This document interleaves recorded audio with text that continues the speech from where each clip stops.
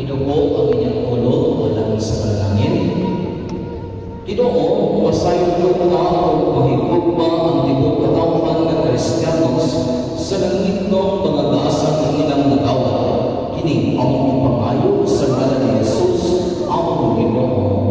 Amen. Ug ang panalangin sa magagakahon nga Dios, samahan o sana o sa Espiritu Santo, kung sa mga ninyo magpabiling uban kaninyo hangtod sa kabubuhan. Amen. Tapos na ang Santos Misa, nakapao dan ang kalinaw ni Kristo. Salamat sa Diyos.